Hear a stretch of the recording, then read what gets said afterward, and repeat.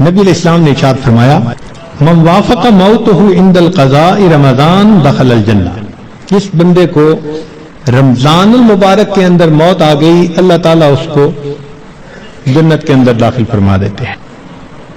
سیدہ عائشہ صدیقہ رضی اللہ تعالیٰ عنہ فرماتی ہیں کہ کان رسول اللہ صلی اللہ علیہ وسلم یجتہد فی رمضان ما لا یجتہد فی غیرہ، مسلم شریف کی روایت کہ رمضان المبارک میں نبی علیہ السلام عبادات میں اتنی محنت فرماتے تھے، مشقت اٹھاتے تھے کہ رمضان کے علاوہ کسی اور مہینے میں اس قدر محنت نہیں فرماتے تھے۔ اس سے معلوم ہوا کہ خاص اہتمام فرماتے تھے اس مہینے۔ ایک اور روایت ہے بہقی کی، سیدہ عائشہ صدیقہ رضی اللہ عنہا فرماتی ہیں کہ کان رسول اللہ صلی اللہ علیہ وسلم اذا دخل رمضان، کہ جب رمضان کا مہینہ آتا تھا شد میں ازارہ، نبی علیہ السلام اپنے تہبند کو کس کے باندھ لیتے تھے، ثم لم یأت فراشہ حتی ینسلخ، پھر پورا مہینہ گزرنے تک اپنے بستر پر واپس نہیں آیا کرتے تھے۔ اللہ اکبر کبیرہ،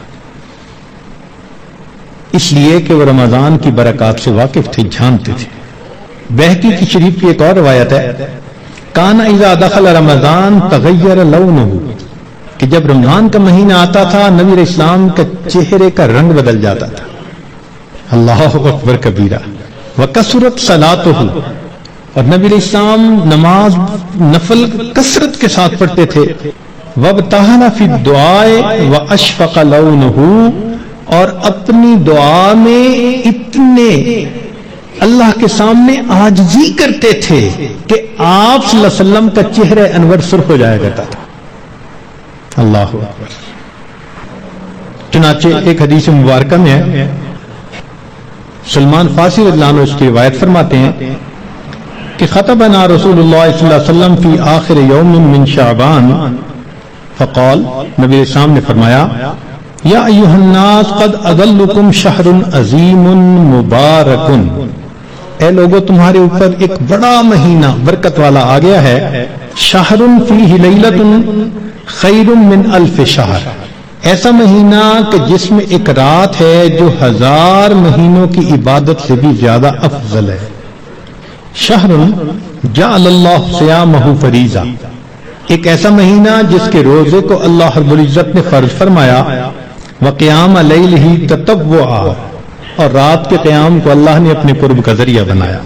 من تقرب فیہ بخصلۃ من الخیر کان کمن ادى فریضۃ فیما سوا، جس نے رمضان میں نفل عمل کیا ایسے اجر ملے گا جیسے رمضان کے علاوہ اس نے کسی فرض کے اوپر عمل کیا تھا۔ ومن ادى فریضۃ فیہ کان کمن ادى 70 فریضۃ فیما سوا، جس نے ایک فرض پر عمل کیا اس کو 70 فرض جو غیر رمضان میں ہوتے ہیں اس کے برابر اجر عطا کیے جاتے ہیں۔ یہاں سے معلوم ہوا کہ اللہ رب العزت رمضان مبارک میں انسان کے اعمال کا ریٹ 70 گنا بڑھا دیتے ہیں، ملٹیپلائی، سبحان اللہ۔ ایک ایک عمل کو دنیا ریٹ انکریز کرتی ہے تو 10% اور 20%، 10واں حصہ 20واں حصہ، اللہ تعالیٰ ریٹ بڑھاتے ہیں تو کیا 70 گنا، 70 سے ضرب دے دی، اس لیے کہ وہ شہنشاہ حقیقی ہے، وہ اپنے بندوں کو اتنا اجر دینا چاہتا ہے کہ ان کے گناہوں کی ظلمتیں ختم ہو جائیں۔ تو ایسے وقت میں ہمیں بھی چاہیے کہ ہم اپنے اعمال اللہ رب العزت کے حضور پیش کریں۔ چنانچہ نبی علیہ السلام نے ارشاد فرمایا هو شہر الصبر والصبر ثوابہ الجنہ، یہ صبر کا مہینہ ہے اور صبر کا بدلہ جنت ہے۔ وہ شہر المواسات، غمخاری کا مہینہ، سبحان اللہ۔ چنانچہ اسی حدیث میں آگے نبی السلام نے ارشاد فرمایا کہ اولہ رحمت، اس مہینے کے پہلے 10 دن رحمت، وَأَوْسَطُهُ مَغْفِرَةٌ، درمیان کے 10 دن مغفرت کے، وَآخِرُهُ عِتْقٌ مِّنَ النَّارِ، اور آخری 10 دن آگ سے آزادی کے۔ وہ کیسے؟ علماء نے اس کی بہترین تفسیر یوں کی کہ کچھ وہ لوگ ہوتے ہیں کہ جو پہلے سے ہی نیکوکاری کی زندگی گزارنے والے ہوتے ہیں، گناہوں سے بچتے ہیں، تقوی طہارت کی زندگی گزارتے ہیں تو ان کے لیے تو رمضان رحمت کی خوشخبری بن کے آتا ہے، تو پہلے 10 دن میں ہی ان کے درجے بلند ہو جاتے ہیں۔ اور کچھ ایسے بھی ہوتے ہیں کبھی نیکی کر لی کبھی خطا کر بیٹھے، تو ایسے لوگ جب رمضان کے پہلے 10 دن گزار لیتے ہیں تو اس میں ان کے جو گناہوں کی ظلمت ہوتی ہے اس کو اللہ تعالیٰ ختم کر دیتے ہیں۔ چنانچہ اوسطہ مغفرۃ، ان کے لیے درمیانی 10 دن مغفرت کا پیغام بن جاتے ہیں۔ اور کچھ بہت زیادہ غفلت میں رہنے والے، اگر 10 دن سے ان کا کام نہیں بنا تو 20 دن سے ان کا کام بن جاتا ہے۔ چنانچہ جب 20 دن کی برکتیں ان کے دل کو دھو دیتی ہیں تو آخرہ عتق من النار، آخری اشرہ ان کے لیے بھی آگ سے آزادی کا اشرہ بن جاتا ہے۔ معلوم ہوا کہ اس مہینے میں تھوڑا غافل ہو یا زیادہ غافل، ہر بندے کی مغفرت کا اللہ تعالیٰ انتظام فرماتے ہیں۔ ہاں، بندے کو خود کوشش کرنی چاہیے۔ اگر کوئی آدمی خود ہی بے توجہ بن کر زندگی گزارے اور رمضان کا احترام ہی نہ کرے تو وہ تو پھر اپنا قصور ہے نا، ورنہ یہ اس کو احساس ہو گیا کہ مجھے رمضان مبارک کے اس مہینے میں اللہ کا قرب حاصل کرنا ہے، اس مہینے کی برکتیں اتنی ہیں کہ ایک لمحے کی برکت انسان کو ولی بنانے کے لیے کافی ہے۔ امام ربانی مجدد ثانی رحمۃ اللہ علیہ فرماتے ہیں مکتوبات میں کہ اے کاش پورے سال کی برکتوں کو رمضان المبارک کی برکتوں کے ساتھ وہ نسبت ہوتی جو ایک دریا کو سمندر کے ساتھ ہوتی ہے، مگر وہ بھی نہیں ہے۔ اس مہینے کی برکتیں اتنی زیادہ ہیں، اللہ اکبر کبیرہ۔ چنانچہ نبی علیہ السلام نے ارشاد فرمایا کہ وَاسْتَكْثِرُوا فِيهِ مِنْ 4 خصال، 4 اعمال اس مہینے میں زیادہ کرو۔ خصلتین ترضون بهما ربکم وخصلتین لا غنیٰ بکم عنہما، 2 عمل تو ایسے ہیں کہ جن سے تم اپنے رب کو راضی کرو، اور 2 عمل ایسے ہیں کہ تمہیں اس کے سوا چارہ ہی نہیں، مجبوری ہے تمہاری۔ اللہ تعالیٰ ترضون بہما ربکم، وہ 2 باتیں کہ جس کو ذریعے تم اپنے رب کو راضی کرو، فشہادت اللہ الہ الا اللہ وتستغفرونہ، یعنی کلمے کا ورد زیادہ کرنا، تحلیل زیادہ پڑھنا اور استغفار زیادہ پڑھنا۔ یہ 2 عمل اس مہینے میں خاص طور پر زیادہ کرنے کی ضرورت ہے، کیونکہ اللہ کے پیارے حبیب صلی اللہ علیہ وسلم نے ارشاد فرمایا، لہذا اس بات کی اہمیت دل میں اچھی طرح بٹھانی چاہیے۔ تو لا الہ الا اللہ کی بھی کثرت کریں، کم از کم چند 100 مرتبہ دن میں پڑھ لیا کریں، اور ہمت والے تو 1000 دفعہ 2000۔ ایسے لوگ ہیں ہر دن میں رمضان کے 10,000 مرتبہ تحلیل پڑھتے ہیں۔ اس وقت ایسے لوگ ہیں رمضان المبارک کے ہر دن میں ایک قرآن مجید کی تلاوت مکمل کرتے ہیں۔ نوجوان ہیں، کما رہے ہیں، وقت تو ایک جیسا ہے ہمارا بھی اور ان کا بھی، لیکن انہوں نے یہ محسوس کر لیا کہ اس وقت میں ہم نے اللہ کو راضی کر کے ہٹنا ہے۔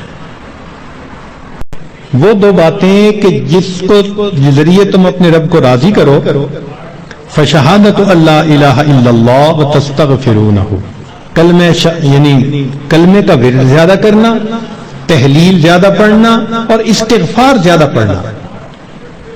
یہ 2 عمل اس مہینے میں خاص طور پر زیادہ کرنے کی ضرورت ہے، کیونکہ اللہ کے پیارے حبیب صلی اللہ علیہ وسلم نے ارشاد فرمایا، لہذا اس بات کی اہمیت دل میں اچھی طرح بٹھانی چاہیے۔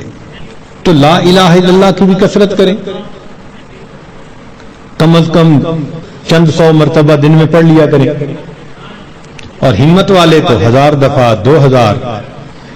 جیسے آگ کسی چیز کو جلا کے ختم کر دیتی ہے، یہ مہینہ بھی مومن کے گناہوں کے نام و نشان کو مٹا دیتا ہے۔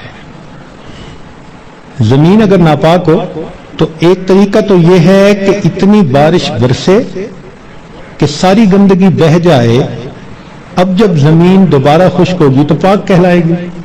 اور دوسرا طریقہ یہ ہے کہ اس زمین پر سورج کی تپش اور گرمی اتنی پڑے کہ وہ گرمی اس نجاست کا نام نشان رنگت ہر چیز کو ختم کر کے رکھ دے, زمین پھر پاک کہلائے گی. تو یہ مثال ہے رمضان کی کہ اس مہینے میں اللہ رب العزت کی طرف سے اتنی رحمتوں کی بارش ہوتی ہے کہ انسان کے دل کی نجاستوں کو وہ مٹا کے رکھ دیتی ہے. یا یوں سمجھ لے کہ اس مہینے میں برکات کی ایسی تپش آتی ہے انسان کے دل پر, نور کا سورج جو طلوع ہوتا ہے تو وہ دلوں کو اس قدر حرارت پہنچاتا ہے کہ دلوں کی نجاست کو مٹا کے رکھ دیتا ہے. اس لیے اس کو رمضان کہا گیا. حدیث مبارکہ میں اس کے مختلف نام ہیں. عربوں میں عظمت والی چیز کے کئی کئی نام ہوتے تھے. اللہ رب العزت کے 99 نام, وَلِلَّهِ الْأَسْمَاءُ الْحُسْنَى. تو رمضان کے بھی کئی نام. چنانچہ حدیث مبارکہ میں اس کو شہر مبارک, اس لیے ہم رمضان مبارک بھی کہہ دیتے ہیں. شہر عظیم, عظمت والا مہینہ. شہر الصبر, صبر کا مہینہ. شہر المواسات, غمخاری کا مہینہ. چنانچہ علماء نے لکھا ہے کہ رمضان سید الشہور, یہ مہینوں کا سردار ہے. فیہ بدأ نزول القرآن, اس میں ہی قرآن مجید نازل ہوا. اس کی 27 تاریخ کو, رمضان کی 27 تاریخ کو لوح محفوظ پر آسمان دنیا پر نازل کر دیا گیا. پھر وہاں سے 23 سال کے عرصے میں آہستہ آہستہ آہستہ آہستہ آیات کو نبی علیہ السلام پر اتارا گیا. تفسیر طبری میں قتادہ رضی اللہ تعالی عنہ کی روایت ہے, فرماتے ہیں ان اللہ اصطفى صفایا من خلقہ, اصطفى من الملائکۃ رسلا ومن الناس واصطفى من الکلام ذکرہ. اللہ تعالیٰ نے انسانوں میں فرشتوں میں بعض کو چن لیا ہے, ان کو فضیلت بخش دی ہے. کلام میں اللہ نے اپنے ذکر کو, اپنی یاد کو پسند فرما لیا. واصطفى من الارض مساجدا, اور زمین کے ٹکڑوں میں سے جو مساجد جہاں بنی ہیں ان مساجد کو اللہ نے چن لیا. واصطفى من الشہور رمضان, اور مہینوں میں سے اللہ نے رمضان کو چن لیا. واصطفى من الایام یوم الجمعہ, دنوں میں اللہ تعالیٰ نے جمعہ کے دن کو چن لیا. واصطفى من اللیالی لیلۃ القدر, اور راتوں میں اللہ تعالیٰ نے لیلۃ القدر کو چن لیا. فعظموا ما عظم اللہ, تم بھی تعظیم کرو اس کی جس کی اللہ نے تعظیم فرمائی. جس کو اللہ نے عظمت بخشی تم بھی اس کی تعظیم کرو. چنانچہ تفسیر در منصور میں علامہ سیوطی رحمۃ اللہ علیہ فرماتے ہیں, کعب رضی اللہ تعالیٰ عنہ سے روایت کہ ان اللہ اختار ساعات اللیل والنہار فجعل منہن صلاۃ المکتوبہ, اللہ تعالیٰ نے دن رات میں سے کچھ اوقات کو پسند کیا, ان میں 5 نمازوں کو فرض فرما دیا. واختار الایام فجعل منہن الجمعہ, دنوں کو چنا تو ان میں سے جمعہ کو پسند فرما لیا. واختار الشہور فجعل منہن شہر رمضان, واختار اللیالی فجعل منہن لیلۃ القدر. تو جب اللہ رب العزت نے لیلۃ القدر کو اتنی عظمت بخشی اور اس مہینے کو اتنی عظمت بخشی, تو ہمیں بھی چاہیے کہ ہم اس مہینے کی برکتوں سے فائدہ اٹھانے والے بن جائیں. چنانچہ علامہ طبرانی رحمۃ اللہ علیہ مجموع الزوائد میں سید الشہور شہر رمضان و سید الایام یوم الجمعہ, نبی علیہ السلام اس مہینے کا انتظار فرماتے تھے. اس مہینے کی فضیلت کے لیے یہ کتنا عجیب پوائنٹ ہے کہ اللہ رب العزت کے پیارے حبیب صلی اللہ علیہ وسلم اس مہینے کا انتظار فرماتے, دعا فرماتے تھے, اللہم بارک لنا فی رجب و شعبان و بلغنا رمضان. اے اللہ ہمیں رجب اور شعبان میں برکت عطا فرما اور بخیریت ہمیں رمضان تک پہنچا. انسان وش کرتا ہے نا تو کسی بہت بڑی نعمت کے لیے وش کرتا ہے. اللہ کے حبیب صلی اللہ علیہ وسلم 2 مہینے پہلے سے دعا مانگتے تھے. جب بڑے کسی چیز کو بڑا کہیں تو واقعی بڑی ہوتی ہے۔ اللہ کے پیارے حبیب صلی اللہ علیہ وسلم نے اس مہینوں کو شہر عظیم کہا، بڑا مہینہ۔ چنانچہ مسلم شریف میں ابو ہریرہ رضی اللہ عنہ سے روایت ہے کہ الصلوات الخمس والجمعۃ الی الجمعۃ ورمضان الی رمضان مکفرات ما بینہن اذا اجتنبت الکبائر۔ اگر کبائر سے بچا جائے تو جمعے سے جمعہ 5 نمازیں اور ایک رمضان سے دوسرے رمضان تک کے جتنے گناہ ہوتے ہیں وہ سارے کے سارے اللہ تعالیٰ معاف فرما دیتے ہیں۔ چنانچہ کنز العمال میں لکھا ہے کہ اذا سلمت الجمعہ تو سلمت الایام، جمعہ اگر اچھے انداز سے کسی نے گزار لیا تو باقی دن بھی اس کے اچھے گزر جائیں گے۔ وَإِذَا سَلِمَ رَمَضَانُ سَلِمَتِ السَّنَةُ، اور جس نے رمضان اچھے انداز سے گزار دیا آنے والا پورا سال اس کا اچھا گزار دیا جائے گا۔ امام ربانی مجدد ثانی رحمۃ اللہ علیہ اپنی مکتوبات میں فرماتے ہیں کہ یہ رمضان کا مہینہ آنے والے سال کا ایک نمونہ ہوتا ہے۔ جس انداز سے بندہ گزارتا ہے اللہ تعالیٰ بقیہ سال انہی اعمال کی توفیق عطا فرما دیتا ہے۔